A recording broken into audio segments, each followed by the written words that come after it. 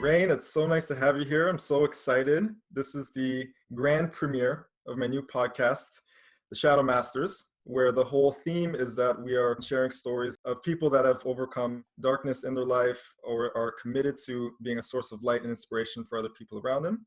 That's why it's such an honor for me to have you not just on this show, but also as my first guest because of your work with seeds and your commitment to being a leader and a source of inspiration for so many other people and just your commitment to community in general.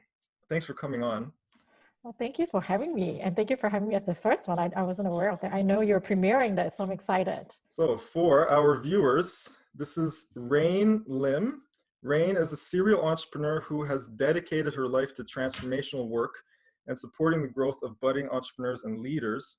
She's the founder of several organizations with an international presence, including Origin of Wisdom, the We World Network, both which are training companies that support individuals to discover who they truly are and to live a fully self-expressed life. Rain is also an internationally sought-after speaker and has shared the stage with such names as Ariana Huffington and Jack Canfield. Rain's success has also been featured on several mainstream news and media outlets, including Bloomberg Television. Aside from this, she's also founded the Life Children Foundation, which aims to provide underprivileged children around the globe with better educational opportunities. She's originally from Kuala Lumpur, Malaysia, and currently resides in Toronto, Canada, with her husband, Zach, and their 3 lovely children. Does that pretty much sum everything up? Yes, it does. Thank you for that beautiful description. Oh, my pleasure, my pleasure. One of the first topics that I wanted to talk about is your early childhood, because I know who you are today. I know you as Rain. I know you as a leader, a very powerful leader for not just community, women and parents as well. What was your childhood like? What is your origin story? What was it like growing up where you grew up? Interesting you asked that question because I was just telling my eldest son about it. He was surprised when he heard it. I grew up in a little town. It's called Kajang. It's kind of about 20 over kilometer away from the capital of Malaysia. Basically, I grew up in in Malaysia, they call it shop lots. Basically, downstairs is a coffee shop, and then my parents, myself, and my aunt and uncle and my granddad, we all stay on the second floor. So I pretty much grew up with a lot of people in the house. It was a small place. I grew up pretty much sleeping on the floor on a mattress with my aunt growing up. That's my childhood. Yeah. What was the situation with your parents? So my mom helps out with my granddad at the coffee shop. So pretty much that's been her life. She grew up, she's the eldest girl in the family. And being the eldest, I'm not sure if you're aware, culturally, very often during, especially her time, she needs to take care of the whole family. So my mom practically had to stop school around, I believe, 9 or 10 years old. And then, help out at the shop, taking care of everyone, basically doing laundry, cooking, everything else. So that's her whole life. And she's still there. Practically, she's still doing that right now. And my dad works with the government. In Malaysia, they call it the Civil Works Department. Basically, what they do is they handle all the roads in the small town that we're in, right? Repairs and all that. So that's what my dad does. So basically, I would say we are a low income family. That's kind of, if you want to go by that, that's how I grew up. You were sleeping on a mattress on the floor with your aunt. Yeah. Were you talking to your parents at the time? How come you were with your aunt? Oh, yes. My parents are still there, but because the house, the second floor that I talked about, we had only 4 rooms. And my mom, so my granddad takes 1 room, right? And I have aunts and uncles as well staying there. My parents takes a room. So pretty much growing up, there was not enough room to house everyone. So me, and instead of getting a room, and my aunt don't mind sleeping on the living room. So that's kind of where I kind of bunked in, sleeping on the living room with her on the floor.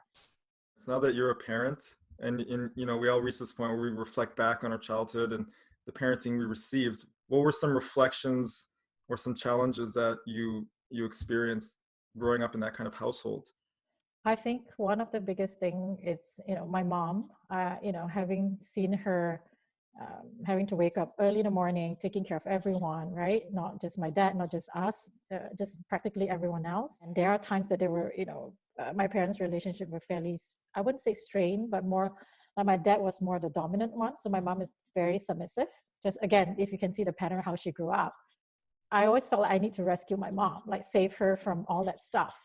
right? Save her from having to do everything for everyone. Yeah, even sometimes having to save her from my dad. Hmm. What was your dad like back then? Well, actually, my dad and mom, for towards the kids, like myself, we get a lot of independence. So that's really nice. Like, they're not parents who hoover around us. So in that way, I learned a lot, being independent. However, if, for example, I were to make a mistake or my brother were to make a mistake, typically we don't really get the brunt of it. My mom does. Were there any dark moments in your childhood that left a lasting impact? Somehow growing up, I felt that my mom had a tough life. A big part of it was wanting to save her, and sometimes things does get really intense with my dad. My dad, he was at that time was, I would say, a fairly angry person, right? So I could, I've experienced his anger towards my mom. Like, I witnessed that in front of us, and that's challenging. That has been challenging. So I would say I actually share this sometimes, that I grew up resenting my dad. That was a big thing. Like, all I could see was his dad, so I never understood how it was really going on for me.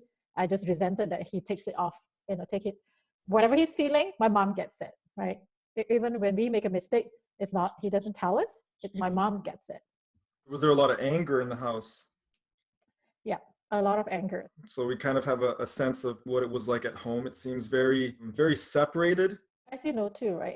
Asian culture, there is not so much parent-child. There's not so much intimacy or connection in somewhat. I'm not sure if you've experienced that, but for me and generally growing up that way, it's like parents don't really hug you, or they don't sit down and have a conversation of heart to heart, like, how are you doing?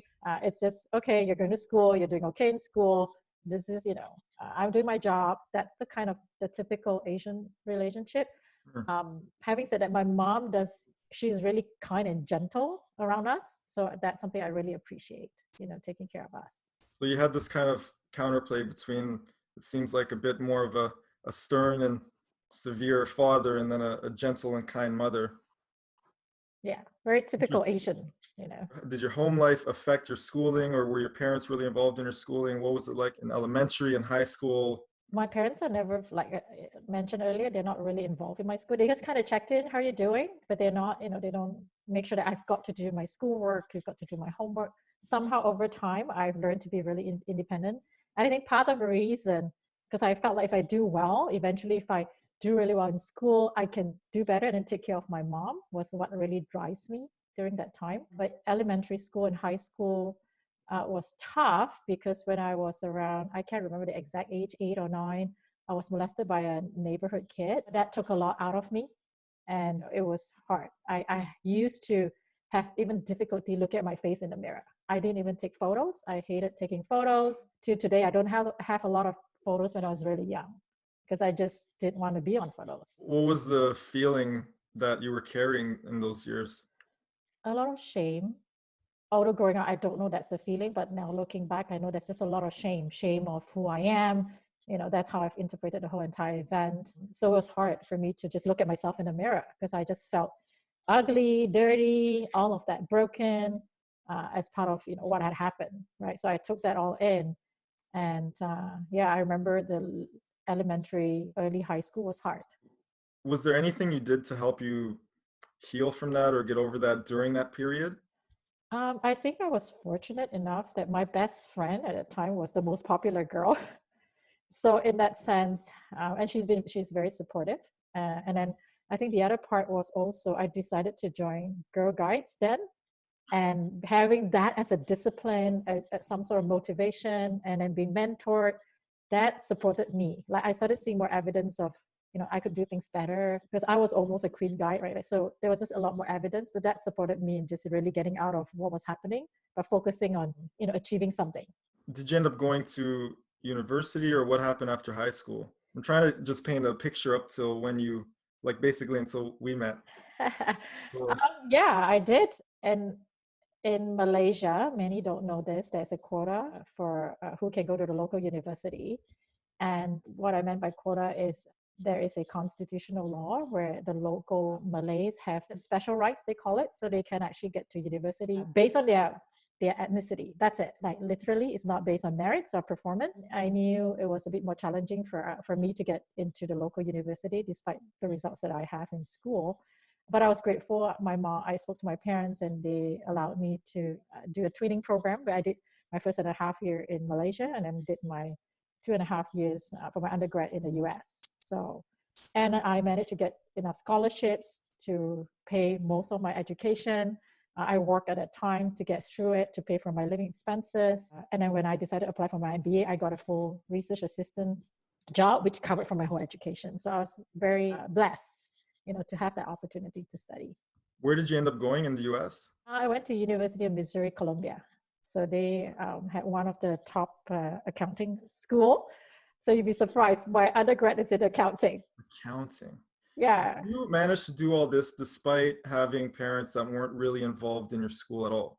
Yes. Which is also pretty atypical of a typical Asian household. Yeah, I think so. I mean, it depends. I've seen, otherwise some parents are more naggy in the Asian, like they expect you to do well, right? Right. I'm fortunate that I didn't have that kind of parents. But like I said, I think a big part, because I've looked through like what's the reason I've got my PhD. And I knew one of the biggest reasons was to prove to people that my parents, they have a smart kid that, and then part of it is too that I felt like if I do well in education, then I can get a better job at a time. Then I can take care of my mom more specifically, but my parents as well. So those were the things that really drove me underneath that. It seems like the thread here is kind of a savior outlook. Yeah. When it comes to, was it specifically your mom? My mom, huge. Yeah. Like it was a big thing, was it was to save her. What's the relationship with your parents now? You're still in contact? Yes. We have a good relationship. I think for me, once I started doing my work, I had a better understanding of why my mom is, how come she's that way. My dad, how come he's this way, and a clearer understanding of, how they show up, and also allowing myself to shift my perspective. Because I grew up having this idea that my dad didn't care about my mom or us. He's just busy working, and then he comes home, he goes to sleep, take his nap, and then he has his meals already, and then the next day he goes to work. Like pretty much that was my idea. My dad did do a lot of community service, but somehow I had this perception he didn't care. But when I started doing my work, I realized that perspective was inaccurate, how I saw him, not realizing that he worked under the sun pretty much the whole day. And that's exhausting. He did actually wake up early, go to work to provide for the family. That's something I didn't see as a kid. So you went to Missouri for your MBA, and then what was your PhD in, and where was it? I did my PhD in Malaysia. I was offered a full scholarship. It is a private organization tied into a public university, and my topic was about studying founding CEOs who grew their company. What are the criteria that allow them to do that? Because typically, if you look at the trend of businesses, there's always a threshold, 3 years. Most startups fail, but if they pass the 3 years, now it's the growth stage. And then once they hit the 10-year, very often the founders may not stay. They hire professional CEOs to come in and take over. So my study was looking otherwise, like what had some of them stay on and continue to grow their company. So that's my research. That leads to a couple of different branches here. I'm going to try to stay organized in my thinking. The healing work, right? The work that you've done, because you just touched on it briefly. You said when I started doing my work, what was the turning point? What was the thing that got you into doing your emotional healing work or spiritual work, however you refer to it? Well, it was my relationship, my husband, that started it. We were struggling at one point. There was just too much happening between the two of us, and I already had my 2 sons at that time, and despite business was doing well, but between the two of us, this is too much struggle. And when I decided to, take a leave of absence from our business at a time, like, because we both are partners in a lot of our business, I started, looking at myself. Like I wanted to understand what's happening, because things didn't shift for many years, right? Even though initially we blamed it was because we had no money. Okay, so then we made money. Things wasn't good, and then we lost money. Things weren't good. Like it was just not good underneath that. So something was not working. I decided to, really started looking at myself. How am I creating all this? Because I'm part of it, right? So in 2006 was when I really started looking deeper into myself. 2006, I went to a program where I started understanding the importance of my emotion and how that affects me as well. But began the journey of my self-discovery. Like that was the moment, I started realizing, okay, what's really happening? Who am I in all this? So from then onwards, I started doing many different kind of work, like different healing modalities, going to different programs, learn with the intent to learn about myself. Mm-hmm. Because who I know you as is a spiritual leader and someone I look up to and someone I see as a mentor and a coach personally. So I'd love to get into a little bit more specifics in terms of like, what were these courses? What were these therapies and modalities? What are some things that you recommend, some things that maybe you don't? I think I'm going to backtrack a little. So like I mentioned, one thing was I realized I play a role in everything, right? So I had to really step into owning, being responsible for all the different pieces that I took on in my relationship, right? It's easy to blame, like, no, it's my husband's fault. That's what's really happening. That's why I'm this way. So a big part was actually owning. Like that was a huge step into the shift, was just ownership, looking at, oh, you know what? I've been playing a victim role here. I've been playing the rescuer role here. Like I was wanting to rescue, or sometimes I play the prosecutor role. I'm the one that get resentful, I prosecute him. So really owning all that, owning my shadow, right? Then I also took time, which is what Seeds is about, really looking at my belief system, how that's creating all this behavior for me. So I really dug deeper into that. So part of the modalities that I've gone into when I first started, breathwork was one of the first few that I started with. I was fortunate with the first program that I did. I had a teacher who came from Australia. So he does breathwork. So breathwork was my first experience, like really understanding the power of breath and how through breath alone, this is deep breathing, it's not just, simple breathing. Through deep, fast breathing, right? How that can actually allow us to feel what's stuck in our body and the emotion and releasing all that, right? And most of the time when that happens, you get an insight of, oh, where this happened, what happened, and then letting all that go. So breathwork was one. Then I was also exposed to another modality at that time called releasing. Basically, the technique is simple. You're just using statements to release stuff that you want to let go, and then using statements to reframe. So those were the few that I started with. But at one time before I left for Canada, I was still Malaysian then. A friend of mine was very kind. She knew I was going through a big struggle in my relationship. She gifted me a session for family constellation, right? Ancestral work. So that was the first time I experienced it. And that just blew my mind off.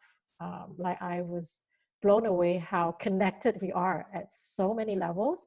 I mean, physically, we just look like we're individuals, but, energetically, we're connected to each soul and our ancestors, our past, our future, everything. So that work allowed me to really see that. So just before I came to Canada, I experienced that. So when I came to Canada, that was one of the few modalities I've jumped in to learn. And then as I went on, I started taking different classes, learning about sound healing, right? Aromatherapy, crystal healing, energy healing. I've done Reiki. I've learned, what else? Inner child healing. Now, lately, the last few years, I've gone into a lot more body type of healing, like dance, using movements, and study more shamanic Tibetan kind of healing modalities as well. And the plant medicines, right? It's quite a fascinating journey you've been on. You really highlighted the family constellations. Can you give a brief summary or overview of what exactly is that? Because it seemed to have a real impact on your life at that time. Yeah. So basically, it's called family constellation. Kind of like constellation is, the stars, how they are connected, right? So you're looking at your family ancestral lineages and how some of the traumas or some of the things that you're carrying for your ancestors, which may not belong to you, but then we reenact it again in this lifetime, even though we have no idea, how come that's happening. Or maybe it didn't even happen during our childhood, but that's what constellation does. So you get a group of people coming together. We call it the field, right? So once the field is activated, you bring in a situation or a problem, you want to look at, right? Or you want to understand. So you could bring anything. It could be, people actually use this for organizations too, for companies as well, right? They call it systemic constellation. Yeah, so then you allow it to unfold and just kind of see where there could be entanglement happening with your ancestors that you're taking on, or with your parents that you're taking on their stuff as well, and all of that. So that way allows, or past life. So using the field, what we do is we get different individuals come in representing different people. So let's say if I bring a case about my relationship, so we could bring a representative in and maybe represent my husband, and then someone else representing his parents. But this way it allows me to see what's unfolding, right? What's interesting was I being a representative, I remember this one time when I was taking a class learning how to do this work. That was one of my first class. And I became a representative, and I felt like just sitting down. I couldn't stand up. And the key is just allow the energy and follow it. Don't use your mind to think about it. And at the end of the constellation, the person who's doing, who had brought the issue up said that the role that I played, that person actually was paralyzed. But I had no clue. I didn't know that, but I couldn't stand up. But that's all I knew. And I just kind of follow how I felt, just demonstrating, going ahead with what was happening for that individual. And that really allows me to see how connected we are, that we're not even aware the connections that we have. So sometimes, yeah, we could be taking stuff on from our parents or ancestors. One of my teachers, if you don't mind me sharing the story, I love this. One of my teacher, he's from the US, and a constellation teacher. He shared this story, which I share a lot. He talked about this client that he had came, and this guy wanted to be killed, but specifically by authorities. So he enrolled himself into the army, went to the war, but he wasn't deployed out, so that didn't happen. He actually jumped into the White House in the US, hoping that he would be shot, intruding, but they caught him. That didn't happen. He had another incident. He was driving at a high speed, like fast speed on the highway, hoping that the police would stop in and shoot him, but that didn't happen. But when they did a constellation, they found out that his granddad worked with Stalin, he was supposed to be on a lineup when they were, eliminating everyone that's working with Stalin. So his granddad was supposed to be shot dead, right, in a lineup. But his grandfather managed to escape death, moved to America, but he took that on. It's a crazy story. But I've seen enough in that work and I've seen the power of that work. The power of that work. I did a constellation with someone in the Seeds Room in the US recently. She had this deep sadness that she doesn't know what's the reason. And after we've done the work, she's never felt that sadness again. Would you recommend family constellations for specific type of backgrounds or trauma issues, or is it just kind of like a general work that everybody should experience? I know if that's addiction will be a good constellation, will be a good modality to look at. My experience and from the teachings that I've learned, if someone who is suicidal, it's important. It's a good way to look at, because sometimes they're entangled to, for example, one of the key philosophy of constellation is, let's say if our parent have an abortion or miscarriage, unconsciously the child, let's say, the reason I want to kill myself because I'm entangled to that child that didn't get to live. So I don't want to live unconsciously. That sort of entanglement could show up. And if I hear like let's say there's a pattern that happens with the grandfather, and then someone tells me my dad did the same thing and I'm doing the same thing, then I would say constellation is something to look at, because it's passing down through the lineage. Something is coming from somewhere else. And this is done in a group format. I love to do the group work, because even as a representative, when you're picked, there's something that's a reason how come you're picked for that role. There's something that relates to you, so you get to clear your stuff at the same time. You can do an individual one. Sometimes some of the practitioner, they use dolls as representative, right? So I'll be having like a bunch of dolls here that I move them around, so that way we'll see what unfolds. Personally, for me, I love the in-person group work. So I definitely want to dig into some of the other modalities that you mentioned, but what I'm trying to understand is the link between, first of all, the awareness that you were contributing to an inharmonic relationship with your husband at the time, and that you were, what was the word you used? Not attacking him. Prosecuting, Prosecuting, right. Yeah. was that a spontaneous awareness, or did you get that from a training that you did? I think it evolved over time. So the first step from the training that I had, that 2006, right? It was awareness about my emotion. But from there was when, through just once that started, that process of awareness of my emotion, how that affects me, I just got really curious and really wanted to expand and grow, more. So it's over time, I think, working with different teachers and different things that I've been doing.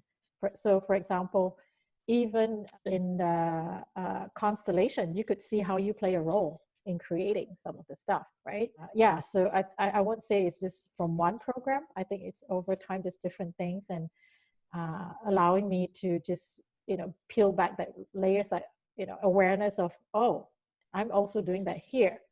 Oh, that's what I've been doing. So I'm trying to figure out how you go from this highly academic world of MBA and PhD and corporate studying or corporate studies to past lives and ancestors and trauma healing. And I'm trying to figure out where that link is, or did they overlap, or like what happened? What was the sparking point that caught your interest into doing this kind of spiritual work? I would say, and I ask myself that question too, right? And I tell people this joke: if I were to met myself 15 years ago, that 50 years ago will see this person as crazy or nuts, because that's because at that time that wasn't in my realm. I think first of all, I started doing a lot more emotional healing work first, which impacted more my body healing. But as the more I started doing emotional healing work, I started connecting more to which I call my higher self now.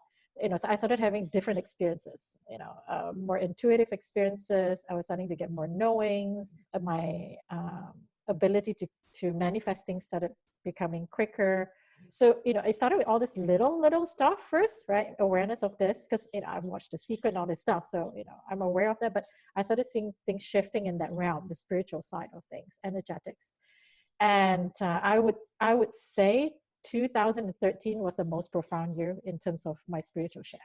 Like, I started having little insights, little experiences. But 2013 was a big year. 2013, I went to an event by John of God. He is a healer from Brazil. I mean, he's into a lot of issues right now. Somehow, a friend of the teacher that did breathwork said, he's coming to Toronto, go. I just trusted. I just went, have no idea what it's about. But I somehow, if I look at the thread of my life, after meeting him, I still remember my experience in the room. He does something called a spiritual surgery, right? So I remember being in that room with a group of people. I just felt someone was examining me, but there was no physical person. Like, there's no person, but you just kind of have this sense, right? And I followed his regime of recommendation. Like, he there for 40 days, I'm supposed to drink the water he provided, no sex, no spicy food. Like, there was a regime of stuff. Somehow, following that thread, that's when I met Oprah. I started meeting some of my amazing teachers that I have today. Spiritual teachers started showing up. This is how I started my We World. So moving along, I started having experiences with entities showing up. I thought I was making stories up, but then it's not, right? What else? I'm thinking I wanted to talk about energetic healing, but I think that's been going on just quicker. Yeah, I had a lot of messages, strong messages that started coming through from different divine beings. Spiritual masters started showing up. But I can tell you, at the time, to my mind was going, are you making this up? But then I'll give you a simple story, a very quick one. There's this Egyptian god called Thoth, right? He was brought to my awareness through something I was watching. So I started paying attention. Oh, I never heard of this guy. Who is he? So, and then what would happen is I would walk into the store, someone would present, someone actually started talking about him. Like, I would get all these things started coming up front, right? And then so I started learning more about who he is, what he's about. And then the more I learned more about him, I started getting dreams about some of the modalities that he teaches. That all this stuff started showing up in my life. Okay.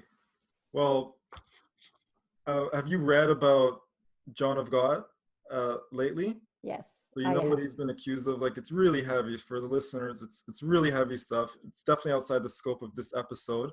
But that brings up the question for me is we see this from time to time. We see these really powerful spiritual leaders with these large communities go completely psychotic after and become, in some cases, like in John of God's case, just evil, pure evil. How does that make you feel about the impact he had on you when you were working with him? I think when I first heard of it, I had doubts too, right? I'm like, oh no, did that happen? Did I made it all up? But I think I do believe it's not an either or. I think, sometimes, like right now, I know that I'm grateful that I have a connection with divine. I hear divine's guidance. I've constantly be getting assurance, and I've seen the evidence of the assurance or the messages that come through. So I do believe that he had that connection. But one of the things that my teacher said, Jyoti, which is my spiritual teacher, is, at the end of the day, we've got to be really clear, right? Because sometimes our ego does get in the way. And so his ego caught up with him. So I don't think it's either or. It's just really mindful. Like for me, I'm grateful that I have my teacher that I meet every once, twice a month. She's my check and balance. Like she's someone I go to, and if I will ask her, where am I coming from? Where do you think this is happening? Like, or sometimes I do come from my ego, and I've got to just be mindful, or so I surround myself with people that gives me check and balance. And my teacher reminds me all of that. That's why it's important to put people around you that can call you on it when that happens. It's like, hey, you know what? This has gone beyond. Like you're now really, it's all about you now. It's no longer being of service, right? So I have at least 3 people around me that I've given them full permission to kick my butt, ass, if it's okay to say. Yeah, whenever I do that. So it's basically like your personal mastermind or support group that, you each have full permission to call each other's shit out, regardless of what is coming up, and call it out how it is. Yes. Yes. It's powerful. It's really powerful. I've been a part of a mastermind group for going on 4 years now as well, and that's one of the things that was responsible for developing a very strong sense of integrity with ourselves, was the fact that we had a group, or there was a group of people to face or to call you forward when you weren't behaving or thinking in line with what they all know your best self to be, and not letting you get away with any of it. Yeah. So that's pretty fascinating. I think in these cases, what I'm getting is that these teachers like Osho is one, John of God would be one. They just stopped surrounding themselves with people that kept them humble or kept them out of the realm of ego, and then it just went completely out of control. And they started to get this superiority complex, and their ego developed, and they lost touch perhaps with their more divine nature. Is that accurate, do you think, in your view? Yeah. So I can tell you this has been my biggest struggle. And what's interesting, I love that you brought this conversation, because it's been something I've been looking for the last whole year. One of my fear has been, I don't want to get into my head, so then, if I get into my head, I've lost focus on my mission here, my purpose here. And I brought this up with my teacher for almost the whole year. I mean, besides other stuff that showed up in my life. And I love that one thing she pointed to me. She said that, but you notice that your fear is stopping you from fully embracing what's really coming. Because my fear is actually my ego too.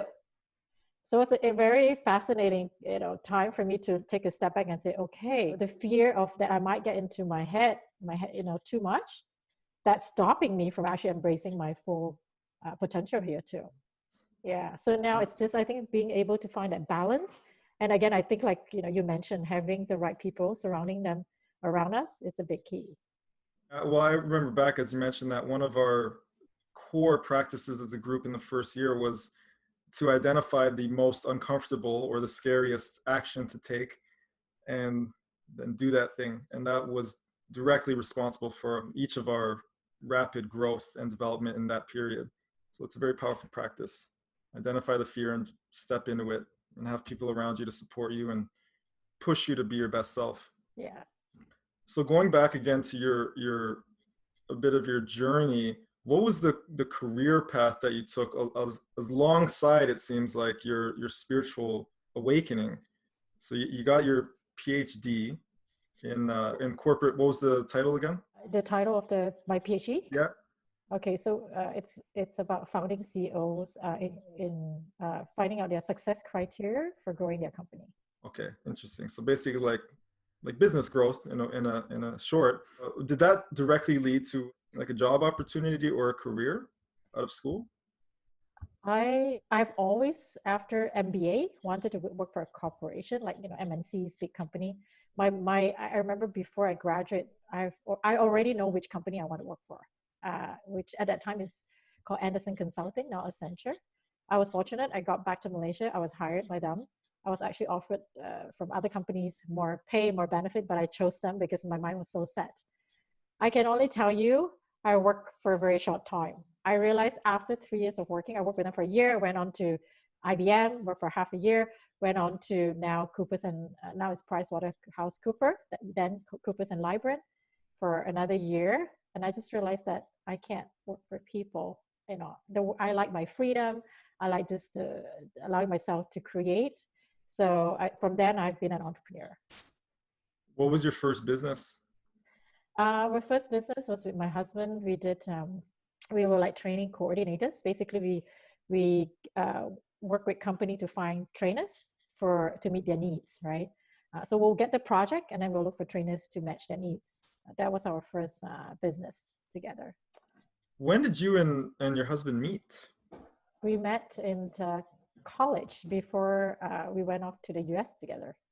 Oh, so you both pretty went young to, age. yeah, you both went to Missouri together? Yes. Was he also doing his MBA? No, he didn't. Okay. He just did his undergraduate. So I was there for the undergraduate, and then he left, and then I continued to do my MBA in the same university. And during all this, you are discovering emotional healing work and on your own, or was there like a resource that you came across or a book that woke you up to this idea? So maybe I'll give you some timeline. So we met in 1990. This is our 30th year. So we have met. Wow. So then we went to school. There was already a lot of drama at the time between the two of us because, as I mentioned earlier in the conversation, I was afraid of anger, right? But what was happening was sometimes my anger will come out an outburst, right, in our relationship. So at that time we have no knowledge how to deal with it. I was still focusing a lot on school. So, but things started already during then when we were going out. He came back to Malaysia. We got married in '96. So, we knew each other for 6 years, right? And I had our son in '98. But once our son came, our first business started, and then we had so things were not like, okay, it was just, there were dramas constantly. But once we lost our business in 3 years, where we were $500,000 in debt, that escalated everything. Like, everything started escalating in our relationship, the pain, everything started escalating. It was then I started, looking into reading more motivational. I call this motivational kind of materials where Jim Rohn and, think positive, right? Because I was wanting to do something about it. It got me to a certain point. Like I said, it got me somewhere. 2002 was where it was really hard. 2005, we started making money, quite a bit of money again, thinking that, okay, maybe I've resolved some of this stuff. But I realized when we were making money, things were still not okay. And then 2006 is where I really started discovering the importance of emotional healing. Got it. It's all together now. Yes. And then at one point, you guys were really on the edge with being super in debt. You had 2 kids at this point. Yes. What kept you together? What keeps a marriage together when it is on the brink of being destroyed by many different external circumstances? Commitment to each other, really, for me, that's how I've seen it. I've looked at myself, and what kept me going, commitment was a big thing. There are, I think, 3 major points that we really looked at. Perhaps it's best for us not to be together. I remember my biggest struggle initially also were my children. Like, what would the impact on them as well, right? If we choose to divorce and go separate ways. So that was hard for me. But what carried us through, I think, throughout all those times is just our commitment. What was it like when you were seriously considering divorce? And were you living together? Did you take some time apart? How did you come back from that? We did kind of talk about separation at a time, let's see how that goes, right? What's ironic, I would tell you, is this is, I think, the second time that happened. that's when I conceived my daughter. So it kind of, even though when we were doing that, it's like, okay, that doesn't work right now because I have another one coming. Okay, maybe spirit has, at that time for me, it's like, okay, what?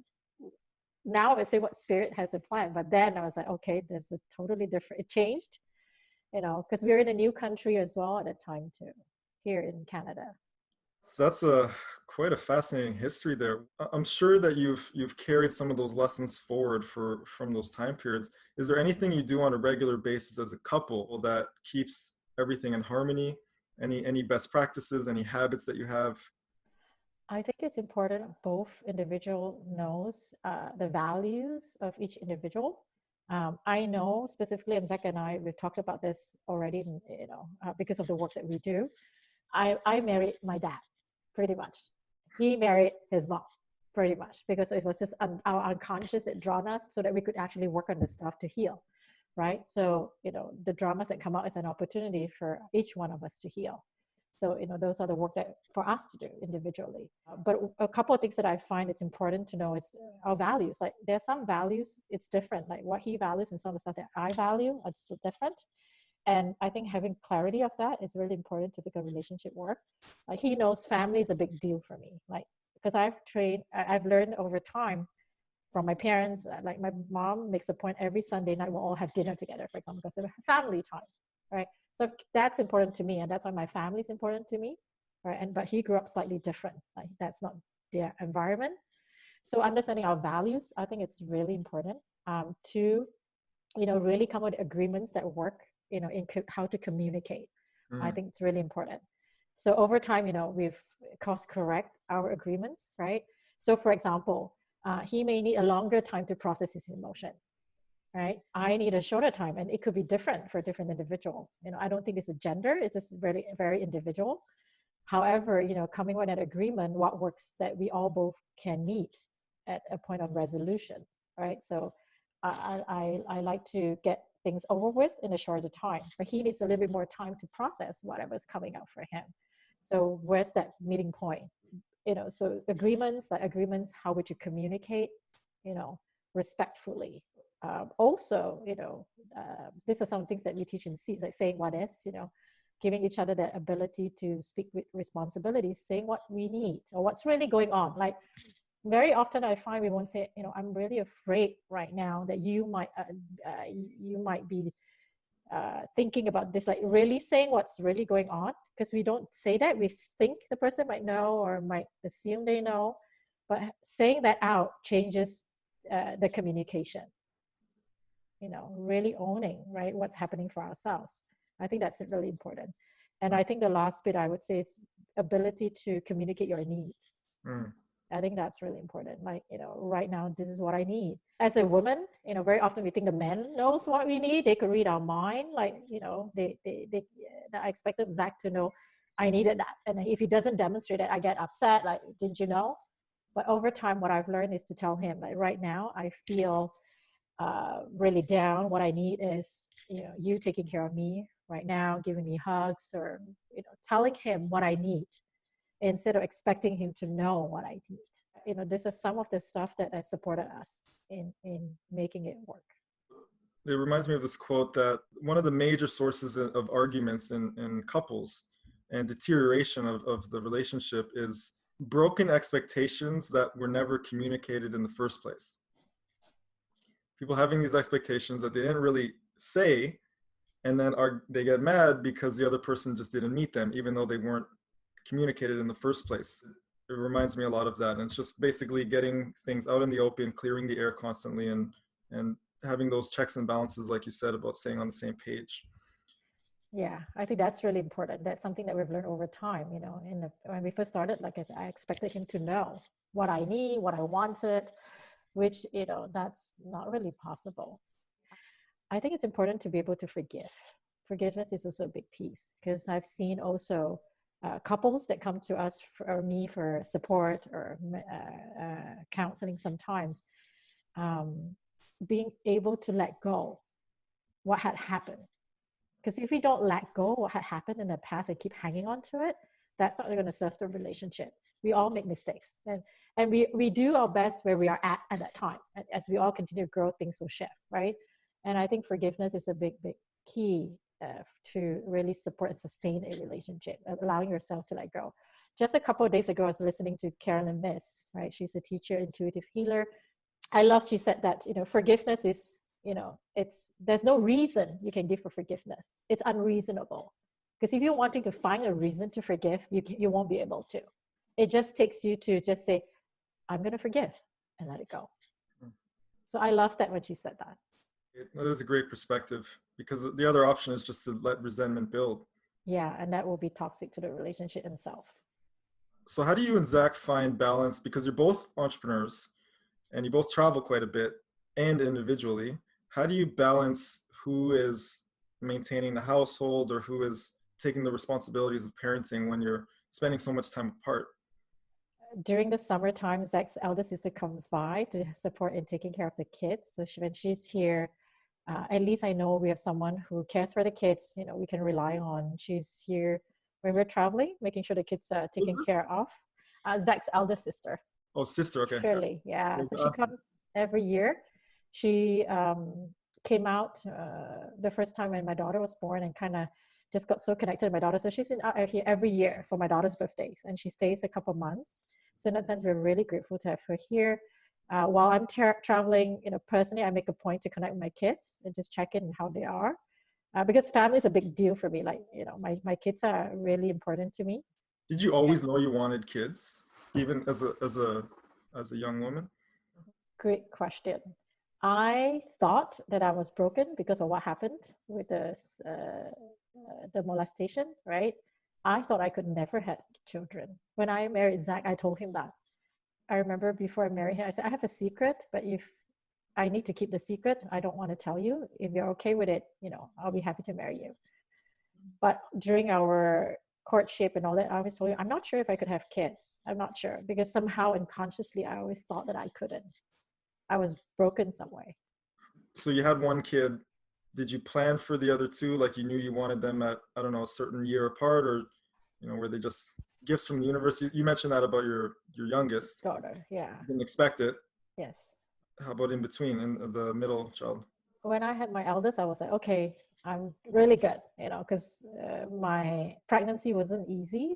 For the first 4 months I was throwing up practically every day. So I thought having my first one was good enough, but then noticing him growing up, wanting to play with kids, whenever we go out, then we made a decision consciously to have the second one. The gender wasn't an issue for me. Like, we don't, any child is okay, gender-wise. So the second was kind of planned. So they're 4 years apart. And then my daughter came as a surprise gift. Yeah. How do you pick names for your kids? My eldest one, at that time, we were still in a Christian. So I was looking at a Christian name, right? And then so his name, Josiah, it's a king in the olden days who was a very good king. Like, there was, throughout the story, there was kings that were not good to people, but he was the one king that was really good and for his people. And then subsequently the kings after him was just bad kings as well. So I got to learn about this name when I was in university. Someone's son was the same name, so decided to name my eldest son that name. And then kind of fell into this idea of, okay, Josiah, so all my kids are going to start with J-O. And then my second one, we didn't know his gender, so decided to pick Jordan. It could be a girl, it could be a boy, because at that time we decided not to know the gender. And then my last one is Joy. Joy was because of the times that was difficult at that time, right? So I wanted my daughter to have a high vibrational name, so that whatever was happening with me, she wasn't taking it on for herself. So Joy is a very high vibration name, so I chose to name her Joy. It's a lovely naming process. Where did you grow up Christian? Because I don't think I mentioned at the beginning, you have your reverend designation, if that's the right terminology. How did that come about? Like, what's your experience with Christianity? Where is it at now, especially now that you've been into the non-religious spirituality? What's the story? I met Zach. He was already a Christian. As you know, the philosophy of Christian, you got to marry a Christian. So I started going to church. I did, I would say at a time, I really felt touched by spirit in church. So I decided to be a Christian. So I was a Christian for a couple of years. But then, on and off, I've questioned some of the teachings myself, right? I don't understand, the bigger picture, even the judgment, right? Like, why would God judge? I've had questions around the teachings. But I know part of it is just, okay, I'm going to just accept because I'm a Christian. But when I started doing the emotional healing work, then I started questioning my belief system. I really started taking a step back and to say, hang on, what is the truth here? Am I just taking it on because that's the right thing to do as a Christian?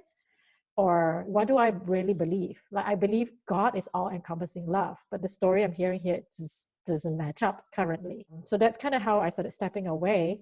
I do believe Jesus exists. I do believe in divine.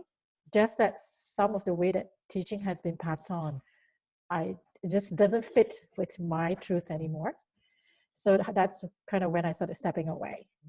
In terms of my reverendship, I met my teacher, Jyoti, a year after I met John of God.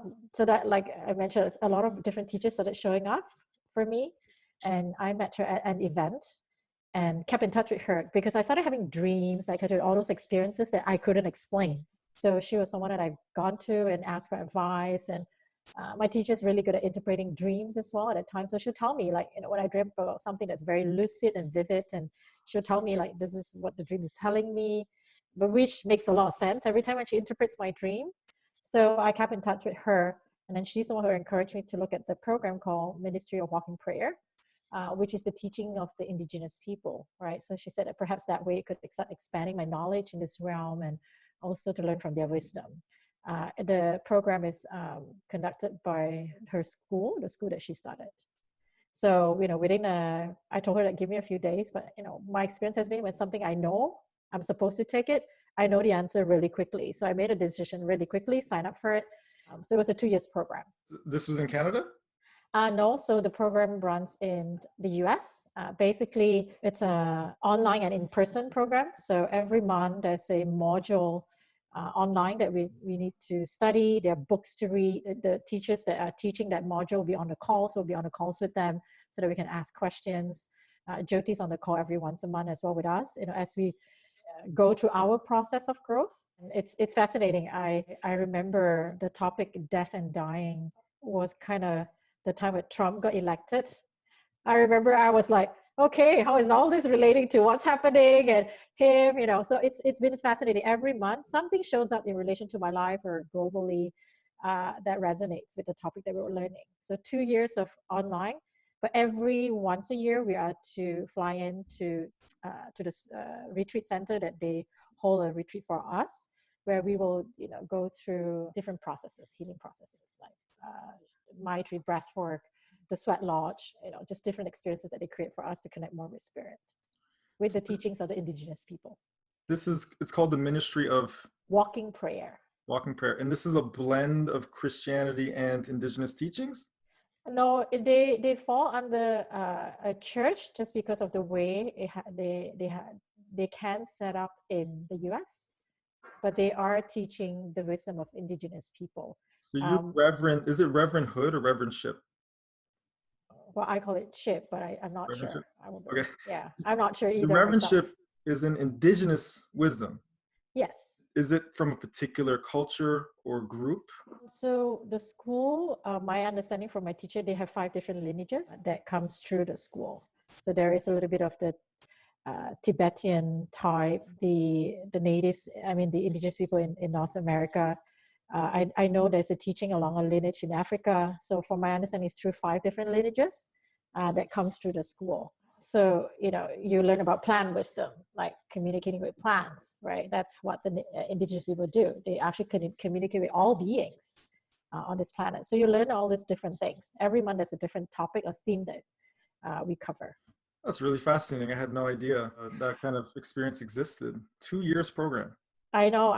I didn't go in because of the reverendship to be a reverend. I went in because of just knowing that I wanted to understand more what's happening for me and my experiences. At the same time, I've always had an affinity for the indigenous people. I can't explain. I know when I first visited Canada when I was 13, I was very drawn to everything that was created around indigenous people. Even throughout my university years in Missouri, I will go to powwow events. Like I'm drawn to their events and not knowing.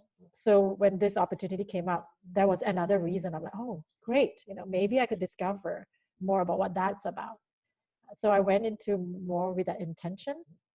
And of course, it's blown my mind away with all the different experiences that I've had. And I think when I was ordained, it was finally, I understood the importance of the ordination. It was actually then I kind of like, okay, hang on. I'm going to be ordained as a minister. There is a responsibility for me to take, this on.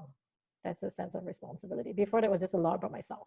I was under the assumption that the reverendhood had to do with your time in the Christian religion. Yeah, no. They're completely separate and like very spaced apart too, and time-wise. Is this where you were introduced to shamanic work?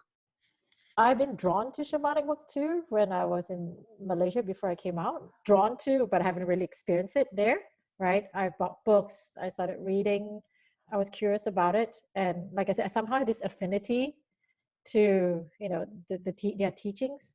And I would say it's the 2 years where I got to really experience a lot more of it. What was your exposure to shamanic work in Malaysia? I like I said, there's no experience. I actually bought books. Somehow I was attracted. I remember buying a book about shamanism. Like how do you practice, connecting with your spirit animal, and read about it and wanted to practice. Like I was just drawn, that pretty much on my own. I didn't have any guidance around it in Malaysia, but I was just very drawn to it. So when I was reading the work of Dr. Brian Weiss, who's very famous for past life regression therapy, he said that when we have a very naturally inclined interest in something that we don't have an explanation for in this lifetime, it usually or more often than not can be directly linked to a past life. And having done a lot of past life work yourself, did you get answers when you explored that? Yes, I know I've been a shaman before. I got to have a glimpse of what happened as a shaman. This was more when I was in South America. And again, this is where, experiences that's coming, there's no explanation behind it. I know I've also done a lot of work in the Tibetan side because I started seeing a lot of Tibetan teachings that are unfolding, or I have knowings, like things that I started knowing and understanding. And when I started reading more about it, it's like, oh, it's actually Tibetan teaching. That's what's coming true. Yeah, so I have had opportunity to really connect with some of this. I mean, if we are going to talk about all that stories, I have so many stories that you can't explain. We might have to do another episode just on that. Right. I did my shamanic training initially with the Foundation for Shamanic Studies, which is similar, except I think it's more North American focused, right? In terms of the different tribes and cultures that they have drawn their teachings from. Their mission is to preserve that knowledge and wisdom. So it's really nice to hear of another organization that's doing something similar. Okay, so you briefly touched on going to South America. What was the story there? Was it also in line with the shamanic studies that you were doing or part of your training? That was more my past life, where I got a glimpse of my past life there.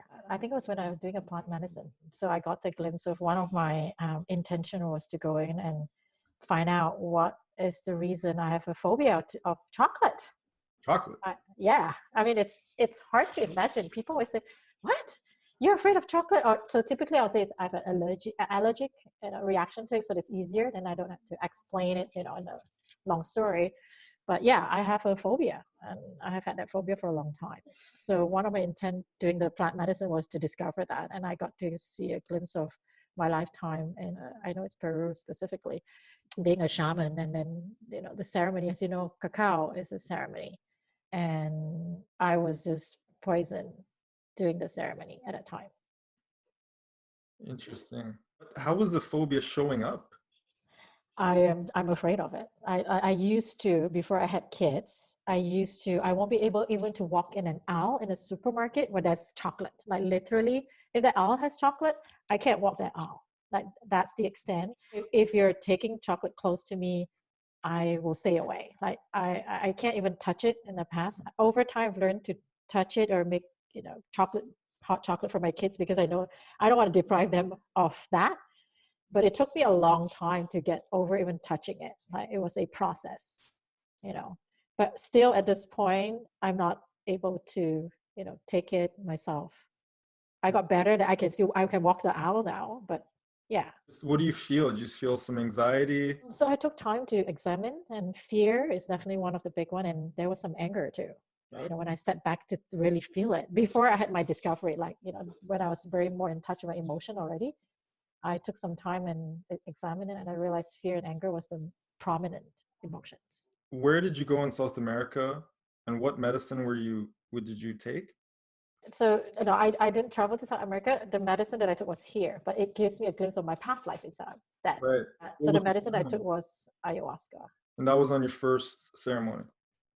No, I can't remember. Was it the second or the third ceremony? Yeah. So you've had this inexplicable fear of chocolate and anger towards chocolate your whole life. You do an ayahuasca ceremony and learn about a past life as a shaman, and then you were poisoned in a cacao ceremony. And that translated into a phobia in a different lifetime of chocolate because it killed you. Yep. Wow. Yeah. As far as like Zach knew me, I can't be with chocolate. I mean, like it's been since I was really young, from my understanding. What opened you up to the idea of doing ayahuasca as a medicine ceremony? Well, I think when I first took it, I was still in my ministerial program. I felt like, so part of one of the modules for us to learn is about the plant medicine. So I did quite a bit of reading and understanding, we have teachers to talk about it, and videos to watch, and Jyoti talks about it too, ceremonies that people run. Somehow, I think I just felt like I was ready to experience it. I was fortunate. I met a friend at the sound healing program that I was taking, and she sent me an email and said, we're doing a ceremony, would you be interested? And just timing. And then I took some time to speak to the medicine woman who was running it, just to make sure that she's the right person holding space for the ceremony. And I felt very comfortable with her, and that's how it happened. So this was in the midst of doing a sound healing training, and sound healing was part of your ministry? It's a separate. So I was also doing a sound healing certification program while I was doing my ministerial program. And somehow, again, I was drawn to sound. It just, these are things that happens in my life I get drawn to. I just want to learn it. So I felt called to learn about sound healing. So I met another person who's learning sound healing in that class. She was arranging for the ceremony. So she sent out an email, and I decided to take it on. Where did you end up doing the sound healing training? In Toronto. So the program is with ITM, the Institute of Traditional Medicine. How do you feel about people that regard ayahuasca as a method for emotional healing? What are your thoughts on that? Where does it play a role in healing work? I think that she's a very powerful medicine being. I feel like it's really important, when we do the medicine work, the ceremony, really coming from a space of respect when we're taking her, right? Because she's taking us on a journey. And for me personally, I think it's really important before someone takes it, they really need to know that they're ready for it. So I don't think it's something to take on lightly. Do you find that it's helpful for healing purposes to have an experience with many different modalities like breathwork, healing, traditional psychotherapy, somatic body therapy, plant medicines? Would that be ideal for the average person that is seeking a healing journey? I've gone to different practitioners, experiencing different kind of modalities, and I do feel like some resonates with me and some don't.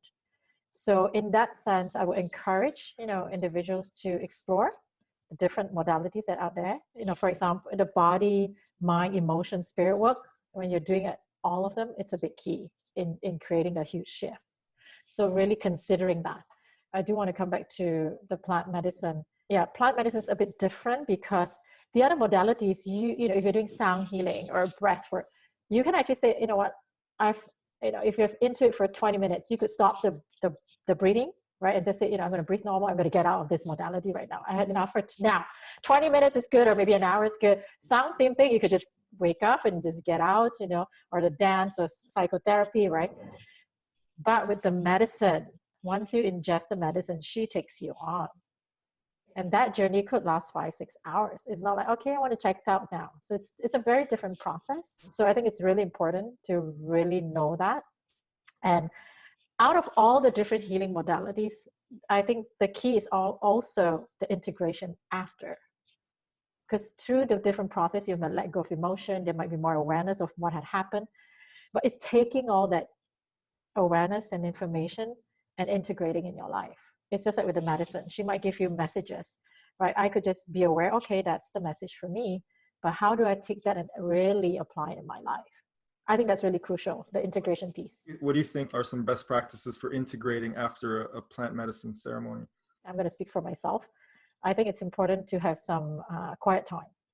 Journaling, like I really find that's really important after a plant ceremony. Trusting that the process is still unfolding, not expecting that it has to be this way or that way, like allowing that that's a flow in the unfolding or after the medicine. I think it's important to take care of your well-being after a plant ceremony, allowing yourself, being gentle with yourself, because you might still feel the emotion that's still coming. There might still be more insight that's coming, right? I think that's important. That's kind of what I do, really being gentle with myself. After a ceremony too, one of the things that I like to practice is to, cleanse off the energies that I really don't want. So it could be, I know they do it typically in the ceremony too. They use sage, right, or Palo Santo, but a salt bath would be really, really good, right? Essence bath, all that, So that's kind of what I do. And for me, my integration process takes a while. So I'm aware of also the timeline that I need to allow myself. And so with that, I think the biggest key is being present, like allowing yourself to be present to what is. Plant medicine or ayahuasca ceremonies are unique in the sense that you're in this quite vulnerable state in a group format when many other modalities are usually solo, especially in therapy practice. So it's really important to have that structure after, where you can come back and integrate and apply the lessons that came up during the experience. So you talked about what you do after. What about preparing for an ayahuasca ceremony? How long do you take? What do you recommend? As you know, there's diet and all that, so I won't go into the details of that. I think very important, you've got to be very clear of your intention. What's your intent of doing the medicine? Being really clear of your intent, then clarity to bring forth what you're looking for from Mother Ayahuasca. Right? For me, for example, before I go into a ceremony, my intentions for body, I'll talk about, I want to do some healing, some traumas that's in my body. For example, even my intention was to, the question I brought in was, where is my phobia of chocolate came from? Like, I'm very clear of my intention. I'm clear of what some of the questions I want to bring in before I go into a ceremony, so that I know the outcome. Because my experience has been every ceremony that I've done, she's answered my questions. It might not be the way I saw it, but she definitely did answer my question. That's how I feel as well in my experiences. So with your spiritual work, what do you practice now? What are some habits around your daily or weekly routine around your spirituality? Yeah, it evolves over time. Last 2 weeks, I actually have been gifted a different ritual by spirit. So I'm actually following the new ritual. Before that, typically what I do is I like to use music as my way of connecting with spirit. So I'll play certain songs, and then, that's my time with spirit in the morning. And this last 2 weeks has shifted. Spirit has given me very specific instruction to do some stuff. More specifically, waking up is the first thing now I am to do is clear all my chakras. So I've been instructed to do that every day. So I've been clearing from my 12th to my root chakra every morning. I've been gifted an invisible cloak. So to put on my cloak so that, whatever I'm doing, I'm not taking people's stuff onto my body. And also protecting myself with a triple golden light, that I'm not taking off global stuff. Because sometimes I do that. I take on the global stuff and process it through myself. I've noticed that over time. And that has an impact on me. So I've been told very specifically, these are my new rituals. And then my next ritual is waking up, being grateful for what I already have. This is where the manifestation piece comes in. I've been told very specifically, you got to be very clear what you want to create this year. So, and then I've been told this, to wake up being grateful that they already exist in my life. So this has been my last 2 weeks latest, once we stepped into this year, this has been the new ritual I've been, spirit has guided me into. Can you explain the idea of a ritual a little more? The way I see ritual, I think ritual is important because it's allowing us to be very clear intent, and then that process allows us to get to meet our intention. The ritual for me is to connect with divine every morning. So this is my ritual for now. Right? So this is the process that I do every morning, very intentionally. It's not just a routine and just getting it done. It's my intention is to connect with spirit every morning. This is my way of connecting with spirit every morning. What would you give as like an example ritual, let's say in the morning, for someone, like we could use myself, to wake up or to go through my day feeling clear, feeling purposeful? Well, I think one thing that I've been advocating, I was saying, and we talk about this in the Seeds program, right? It's just gratitude. It's a great way. Like just waking up in the morning, just being grateful. And we're talking about not having to be grateful for like, looking for all the big stuff. It's just being grateful right now. I get to lie on a bed. Being grateful, I get to be in a peaceful country. Being grateful that I have food, I'm alive, I get to take my breath. And I think all these little things will start off looking at the world from a different lens. I do believe gratitude and access to feeling love and abundance and connection to spirit. So, when you do that, it sets your day off very differently. And also before you go to bed, like also just look throughout the day and say, hey, what can I be grateful for? I think by doing that, we can sleep more comfortably, like, letting go of all the other stuff. Just say, hey, I'm grateful. Despite it was a tough day, I'm grateful that, I have a friend who supported me. Like, just look at all the good that happened. And I think with that allows us to rest better at night. So I think that's a simple way to begin your day. I know, different individuals, sometimes they pray. That's how they connect to spirit. What the rituals do for you is keep you seeing things from a higher perspective. Am I getting that right? Yes. By being connected to spirit, you really keep life in perspective and you stay in a positive mindset and state of being. Yes. Yes. What about some kind of cool mystical practice like the invisibility cloak or the golden light? Is there anything that somebody could take on tonight? I think that ritual was more for what I've learned over time, because I've realized, and this also came out through my plant ceremonies too, that I have a tendency, being the rescuer, right? Somehow unconsciously I have a tendency to take on people's emotional stuff or energetic and process. So it's important, I think, to protect our space, our energetic field. A simple thing could just be visualizing a bright light. I always visualize 3 layers, 3 layers of white light, kind of like you're in an egg, but there's 3 layers of white light, so that you're protected. So one thing you could just set very clear intention is saying, I'm open to receive all the good, and anything that doesn't serve me doesn't come into my energetic field. Just provide all the positive energy outwards and to myself. So that could be something like I do feel everything. It's back to intentions, because we're all energy at the end of the day, right? So and everything communicates via energy. So intention is important. The way you described rescuer sounds a lot just like empaths or highly empathic people. Just a telepath, it's telepathic, right? Empathic is emotional. Some of us who are empathic have a tendency to read, we can experience or know, right, what people are feeling emotionally. And sometimes unconsciously, yes, we could take it on and thinking that's our stuff, which is not our stuff. Yeah. So yes, so having the 3 layers of bright light, golden light to protect you will support in that. Because in the past, I didn't know how to do that too. I take on stuff and then my body starts getting sick. But now I'm able to do the work knowing that it has protecting my own field as well. Is your husband also practices spirituality like this? Not so much. Not so much. I mean, I think he's on the path, I would say. The difference is, I call it a gap, in a sense of somehow 2006 was the year I decided to leave the business and started looking, discovering myself. So I had the opportunity to start earlier, let's put it that way. He kind of started joining me in the discovery process more in 2012, 2013. So that's kind of where he started. So now he's moved into more of the spiritual stuff too. Was it really challenging to be in your spiritual path and be with somebody that perhaps you couldn't share everything with, or be met with a level of understanding that may have been helpful? Like, did you experience that? Yeah. I mean, it is challenging. And I remember early days, I kind of want to just drag him along and say, come, keep doing this. And then I did some of that for sure, but it's not helpful, because then it doesn't serve him or us or me. It is challenging. I think for me, if you go back to, again, the fundamentals, we're energy, we're all different vibration. So we're vibrating differently, not good or bad, just different. So that is challenging. So again, I think it's important to surround yourself with people who allows you to be able to express yourself and get you. And this is where, again, my support structure comes in. I would say it's not easy. I know I have friends who come to me like, do you think it's important for me? What do you think? Should I go ahead and just meet someone now and then, get with them? Or do you suggest that someone who has done some work where, there's this similar vibration, then, have a relationship with them?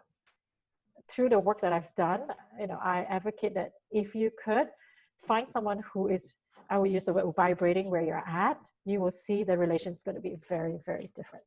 Do you have any advice for people that maybe that's their situation right now? They've been on the spiritual path and they're with somebody that isn't, but they have that commitment to the relationship. How can they manage that kind of feeling, but also not expecting their partner to change? Not an easy path. I've done all of that. Wanting to control, wanting to change, right? Doing things how I see it. It's not an easy path. And again, each individual is different, right? So whoever's going through that, they themselves got to see what works for them. I will share an analogy my teacher shared. If you're ready to open your wings and fly, and the other person's, their wing is still wet, you can't push them off the ledge. Then you fly. And sometimes maybe that's a decision we need to make. We know best what works for us. Commitment is a choice, and there's sometimes that when it doesn't work for us, then it's time for us to get off that commitment. There are impact and consequences to that, for sure. It's not an easy situation to navigate. I've been there myself. I've seen couples work through this. I've seen couples come apart because of that. And I think the commitment is one side, and also loving the person for who they are and where they're at is the other big part of that as well that's needed. It comes back to responsibility, being willing to look at how we're playing into everything that's happening. So for example, in a relationship, maybe I'm playing a victim role, but I'm not aware I'm playing a victim role, and I continue to perpetuate. So I think in parts of evaluating, it's important to, really look at ourselves in the process of it. From a spiritual vantage point or spiritual level, why would somebody who is very in tune spiritually or has a little bit farther on their path be coupled with someone who is not? My personal belief is we're all here to learn and grow. I would say my relationship is that's what propelled me into this growth today. Without that, I'm not here today. I think we're in a relationship for each one of us to grow. And at some point, I think intuitively we know that when we are done and it's time to go separate ways, that means we have learned our lessons. What are some signs that it's time for the relationship to end? Good question.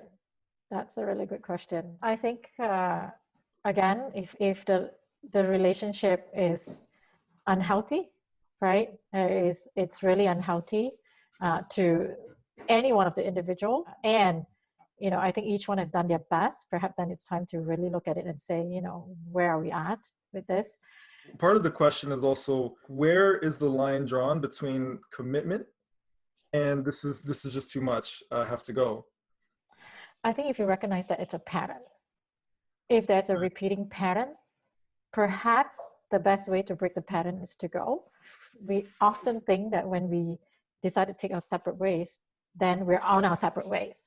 You never know, perhaps in the future time, there could be time where you come back again, or you may not. But I think not deciding what's in the future, but if a pattern that has been there and it's not healthy for both individual, then, and the pattern's been repeating for a long time, then it's time to, break that pattern. And if you've done many different ways to break that pattern and it's not working, sometimes you may need to just, do the separation to allow the pattern to break. But I do believe in the process of that, we get to learn about ourselves a lot. I've looked at myself in my own process. I know in the process of setting the intention, or actually spoke about intention, there's grieving, there's sadness, there's opportunity to learn a lot about the attachments I have, about the relationship. In addition, also, I've got to learn about how I'm stopping myself from growing. By staying in the relationship? by staying in the relationship. That's another avenue that we sometimes don't look at. Because it's easier, it's more comfortable, but perhaps we're meant to grow more, right? And then we're not allowing ourselves to do that. Like, it's one thing if your partner isn't on the same path as you, but it's another if they're actively blocking or not encouraging you to pursue what you're interested in. Right. And your growth. Because I do believe ultimately we're here in this school, planet Earth, to grow. And what's the main lesson? It's really about expanding in love. Like, the more you get through the process, you find underneath that it's just, oh my God, my capacity to love expanded. My capacity to love the individual, even though we're not together, has expanded, right? My capacity to love myself has expanded because I love myself enough that I think this is now really, it's unhealthy for me or for the other individual. So that's my belief. Great perspective. Spoken from a lot of experience, obviously, and wisdom. So what is next for you? What are some things that you're currently enrolling people for, if anything? Right now, for sure, we're still expanding the program, Seeds Leadership Program, right? That's how we met. I don't mean to interrupt, but can you explain in your words what Seeds is for people? It's called Leadership Program, but for me, it's really self-leadership, right? Ultimately, it's about learning about yourself and discovering about yourself and then mastering, yourself in the process of it. Seeds is an acronym as well. So it has two meanings. One is an acronym. One, it also means belief system. Like, through the program, you get to really using games as a way to discover your belief system. And you might discover some that's been limiting your life. The acronym too, again, S stands for self-mastery. The first E stands for expression and empowerment. The program's about really how can you express yourself being fully you, being real. And how do you empower yourselves and people around you as a leader, right? Because at the end, we're leading our own lives. The second E is about engagement and enrollment. How do you enroll people to your vision and your cause in the world? What's your vision? Like my vision, which I'll answer your question, my vision is to create a world that works 100% of the time for 100% of humanity, right? So Seeds is one of my platforms to achieve that. Enrolling people to that and continue to engage them. D stands for development. How do you continuously grow? That's one of the main reasons we're here, right? Growth. And last one is support structure. How do you create support structure, which again, it's really key in our transformation. So that's what we explore in Seeds. And the last bit is really universal principles that we teach. Principles like integrity, trust. Do you trust yourself? Are you committed? Are you committed to yourself? We use games as a way to explore your belief system about some of these principles. And the program has been designed based on my own experiences. Yeah, I'm always a little hesitant to share the full scope of things when I'm telling people what Seeds is about. It's presented in one way, but the experience I find is beyond expectation. And so the way I typically describe it is that it's a emotional healing workshop that leads to a lot of self-awareness and discovery in a group format. It's basically based off of using different activities and games that are designed to get a reaction, so that we finally have a chance to explore and process those triggers and reactions and start to question, which is the thinking pattern that leads to more self-awareness and, as a result, more growth. Yes, that's very well said. Yeah. Thank you. I'm a big advocate for your work. That's one of the reasons I wanted you here. And it feels like such an honor to be able to get the story behind the woman, behind the face of the organization. Actually, I just realized, I don't know if we got the full story of how Seeds came about. Zach already started his process of growth at the time, and I was involved in some other programs. I was facilitating in some other programs. Actually, I was facilitating in one of that first program, 2006, that I got an experience. And so he has encouraged me to why not create our own program at some point. And I was hesitant for a while because one of my ideas was, there are great programs out there. We don't really need to create another one. And there are also people around me who asked me, like, you started to achieve all your dreams. What's happening? Like, how do you get there? How do you start creating all these dreams that you declare, right? Then I really took time to sit back and then evaluate it and realized there is not many programs who actually focus on mind, body, emotion, spirit. I've gone to programs all the other programs I've done is very individual, like, emotional work, or very mind, like coaching, right? It's all in the mind concepts and stuff. Yeah, the mind does one thing, but our body, remember different things. The emotion hangs on to some of the trauma. So that's kind of my discovery. and realize, okay, perhaps this is, this is a way for me to share what I've learned from all the different things that I've done. And the concept of the program came a lot about what worked for me and myself. For example, in the program, as you know, we do forgiveness work. We talk about gratitude, because that's important, and that has allowed me to really shift, like letting go of all the past and the resentment and stuff like that. So it was a lot of based on a lot of the stuff that I've gone through, and then we put it into the program. That's how the program came about. One of the reasons that I like to promote Seeds and your work in general is that I feel like there's a high degree of integrity with the leadership. I know you're someone who walks the talk, and you show up as the values that you're promoting in the community, which you can't say about many other communities or workshops that I've experienced. Like, the work is legit, it's intense, it's for real, but also the leadership, it has a lot of integrity, and the community is real. That's one of the things I value the most. I tell people it's my favorite community that I'm still a part of, because the community comes together based off shared experience, right? We've all gone through this experience together.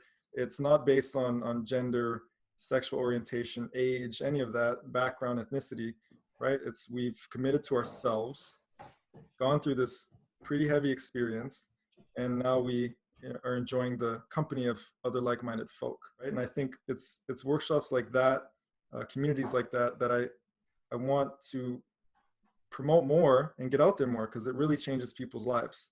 It's not coming from a place of ego. It's really coming from a soul-based, purpose-based mission. And so that's why I'm happy to share what it is that you're up to.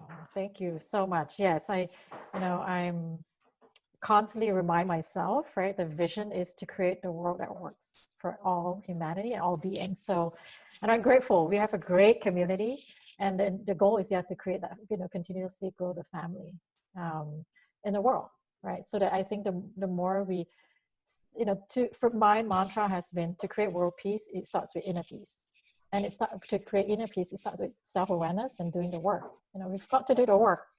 And then that's where we get to experience peace and joy and love and all of that. Then we start demonstrating outside, and that's how we can get world peace. One of my first spiritual teachers, he said a quote that always stuck with me, which is basically, you're not trying to change other people or change the world. You change yourself from within, and you radiate that out to others. And that's the strength that other people draw from. Yes. Be the change is another way to phrase it. But actually doing that work, not bypassing the work, which is another topic for another time. And that's why the integrity of you walking the talk and you being that person that you're encouraging all of us to be, or all the participants of your workshop, it's so important. And it's very admirable, right? And respectable. Oh, thank you. Thank you. And I'm grateful. Like I have my check and balance. So I know that's important to have my check and balance. Yes. The next plan, we've gone to 5 cities now, but I do really want to share with you 3 other things that's coming into something I'm taking on this year. They may not complete this year, but some of them I'm in creation. It might evolve into a real form, maybe in a year, 2 or 3 years down the road. So one of them is something that's been coming up a lot last year, is to create a life school. And so I really want to share that here, so that whoever's listening get to actually hear this as well, and maybe they want to support life school, which is the same thing as my charity, Life Children Foundation. Life stands for Learning Inspires, Frees, Empowers Children. I've been talking about creating a school for a long time. I want to transform the education system in the world. And I think last year's experience has given me enough tasks that this year we're going to move into creation, like beginning creation. Basically, the great thing about it is Canada, we have so much flexibility to create a school how we like it. As you know, our work, right, Seeds work, we talk about physical, emotional, spiritual. That's missing in school, big time. And I think it's time that kids learn some of the skills, and also living skills like how do you handle money, really talk about passion. It's not a job, right? Things like that. How do you take care of our environment? How do you take care of your community? So I'm excited that last year we've gotten enough people showing up, that this is going to be unfolding here soon. So that's one project that's coming.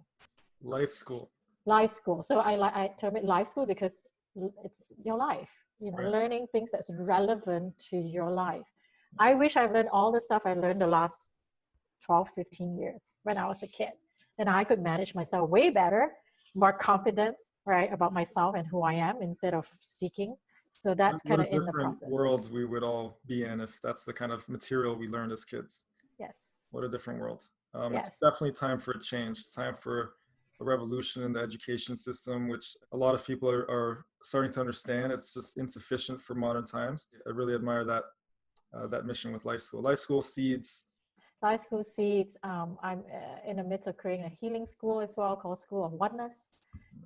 The reason that came about was I started realizing that there is not enough support in Asia, specifically because when I go back and do Seeds work there, typically graduates, I will tell them continue to do your healing work, right? Go to sound healing or whatever that's available. But I realized there is not enough support there. So the intention is to really supporting more individuals to really own their healership and providing them with some knowledge and skills and all that, so that they can, then we have that support in Asia. Yeah, so that's kind of the next thing. And so this year I'll write my second book and also start the creation of my documentary. Amazing. That's like 5 major things that's happening right now. Yeah, what works for me is I create my projects. So let's say the school, I'm very clear, it's not like the schools will be built this year, right? So Right. I set my intent. Okay, so we're going to get to maybe the concept completed this year, but I would love to, I'm going to open it up to the community to get feedback and ideas, right? So conceptually, we get a concept of the school first down. So then maybe 2 or 3 years down the road, next year could be looking for location or funding, whatever. Like it's not a short-term goal. It's a longer-term project. So for people that want to connect with you and follow your incredible work that you're doing, what are some avenues that they can follow your work? All right, so they can, on Twitter, Facebook, my name handle is Rain Heart Wisdom. So that's what they can connect with me through Twitter, LinkedIn, Facebook. I have a Facebook page, or email me. They could email me at rain@originofwisdom.com as well. And my website is rainheartwisdom.com or drannielim.com. Thank you so much for sharing your wisdom, sharing your life experience, being present. I appreciate the work you're doing and committed to supporting you. So thank you for being you. Well, thank you for having me. Really, it's such an honor for me and privilege to be on this session with you. And I had a lot of fun. So thank you for inviting me. I'm glad to hear that.